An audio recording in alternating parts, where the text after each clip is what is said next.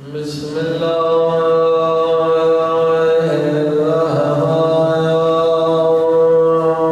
الرحيم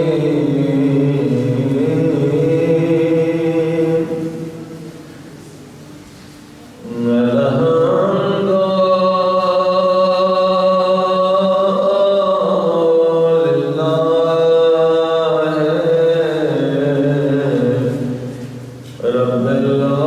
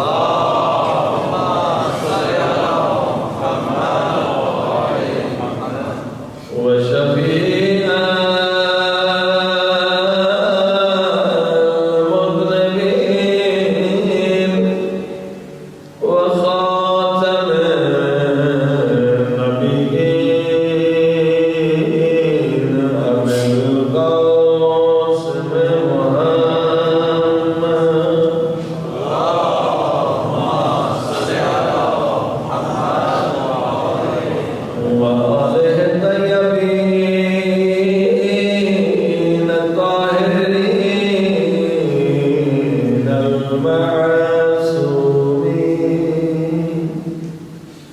اس عظیم ہستی کے ظہور کے لیے دعا کریں جس کے آنے کے بعد یہ ساری قتل و غارت گری ختم ہو جائے گی، کلنگ ختم ہو جائے گی، ظلم ختم ہو جائے گی، بے حیائی بے غیرتی ختم ہو جائے گی، پوری دنیا مانند بہش بن جائے گی، یعنی ظہور امام مہدی علیہ السلام۔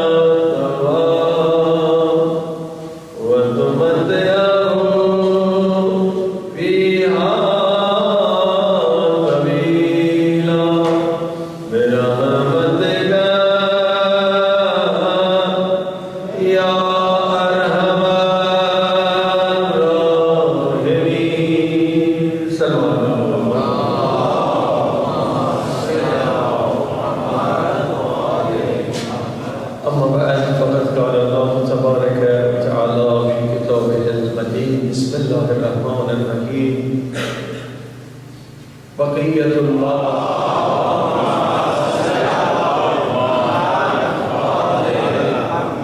کل کی گفتگو بہت اہم تھی کہ کامیابی میں ہمارے جو رکاوٹ ہیں 3 چیزیں ہیں جسے قرآن نے بھی بتایا یوسوس فی صدور الناس ایک وسوسہ ہے، ایک وہم ہے، اور تیسرا برا خیال ہے۔ یہ تین چیزیں انسان کی خوشی میں اور کامیابی میں رکاوٹ ہے۔ انسان کو برباد کرنے والی یہ تین چیزیں، یا برا خیال، گناہ کوئی نہیں کرتا، پہلے گناہ کا خیال آتا ہے، پھر انسان گناہ کرتا ہے۔ برا خیال، وسوسہ اور وہم۔ میں نے عرض کیا دنیا میں کہہ سکتے کہ اکثر لوگ جو ہے وہم کے تابع ہیں۔ وہم کی وجہ سے دوستیاں، وہم کی وجہ سے دشمنیاں، وہم کی وجہ سے فتنے، وہم کی وجہ سے جنگیں۔ یہ جتنی جنگیں لڑی گئی یہ وہم کا نتیجہ ہے۔ اب بھی جو اسرائیل میں جنگ ہو رہی وہم کا نتیجہ ہے۔ اگر عقل حکمرانی کرنے لگے، انسان کبھی اپنے جیسے انسان کو قتل نہیں کرے گا، کیونکہ سب کا دادا ایک ہے، سب حضرت آدم کی اولاد ہے، سب حضرت بڑے محمد۔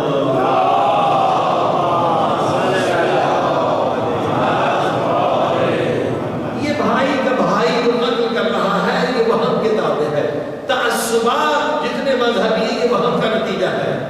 وہم ہے یا شیطان کا وسوسہ ہے؟ یہ جنگیں، یہ دشمنیں، حتیٰ کہ مومن دیکھیں مومن سے لڑتے، کیوں لڑتے؟ یہ وہم کی وجہ سے، یہ وسوسے کی وجہ سے۔ میں نے کہا یزیدی لشکر وہم کے تابع تھے، حسینی لشکر عقل کے تابع تھے۔ صلی اللہ علیہ وسلم۔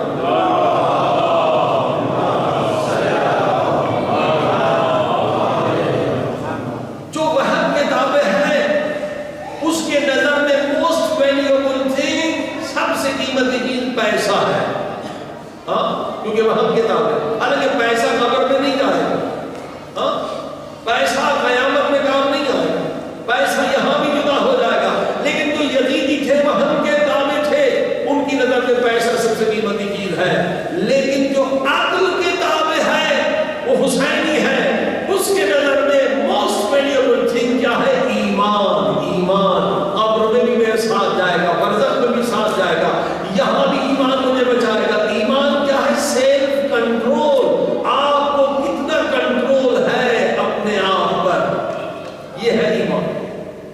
اگر گناہ کے سامنے ذلیل ہو جائے انسان تو اس کے پاس سیلف کنٹرول نہیں ہے، اس کے پاس ایمان نہیں۔ یہ ایمان بڑی دولت ہے۔ علی جان کے آج جو سازشیں ہو رہی اسلام کے خلاف، آپ نے سنا کہ ایک شخص نے قرآن جلایا امریکہ میں۔ کیوں جلایا قرآن؟ یہ وسوسے شیطانی کے تحت۔ اس نے سوچا کہ قرآن جلا کر میں فتنہ کروں گا یا اسلام کی توہین کروں گا۔ یہ ایسے سارے لوگ شیطان کے وسوسے کے نیچے ہیں، وہم کے تابع۔ اگر وہ خود کو عیسائی کہتا ہے تو قرآن میں حضرت عیسیٰ کا نام ہے، اس نے حضرت عیسیٰ نبی کا نام جلایا ہے، تو وہ عیسائی کہاں ہے؟ اگر وہ حضرت مریم کو مانتا ہے تو قرآن میں حضرت مریم کا نام ہے، پورا سورہ ہے، تو اس نے حضرت مریم کو جلایا ہے، وہ عیسائی کہاں ہے؟ اگر وہ حضرت ابراہیم کو مانتا ہے تو قرآن میں حضرت ابراہیم کا نام ہے، اس نے حضرت ابراہیم کو جلایا ہے۔ سارے حضرت موسیٰ کو مانتا ہے، حضرت موسیٰ کا نام جلایا۔ یہ جتنے فتنہ کرنے والے لوگ ہیں یہ کس کے تابع ہیں؟ وہم کے تابع، یہ شیطانی وسوسے۔ اب فلم بنائی گئی، یہ بھی شیطانی وسوسے کی وجہ سے اور وہم کے تابع لوگ۔ اس لوگ سوچ رہے ہیں کہ اس طرح سے ہم مسلمانوں کے نبی کی توہین کریں، فتنہ کریں۔ علی جان گرامی کل بھی میں نے عرض کیا تھا کہ دین ایک ہے، ہم ایک آدم کی اولاد ہیں، دین بھی اللہ کے نزدیک ایک ہے۔ ان الدین عند اللہ الاسلام۔ حضرت آدم کے زمانے میں اسلام تھا، موسیٰ کے زمانے میں اسلام، عیسیٰ کے زمانے، ہمارے پیارے نبی کے زمانے میں اسلام تھا۔ ہمارے نبی کا ذکر تورات میں موجود ہے، انجیل میں موجود ہے۔ ہمارے نبی کا شان کوئی مٹا نہیں سکتا۔ صلی اللہ علیہ وسلم۔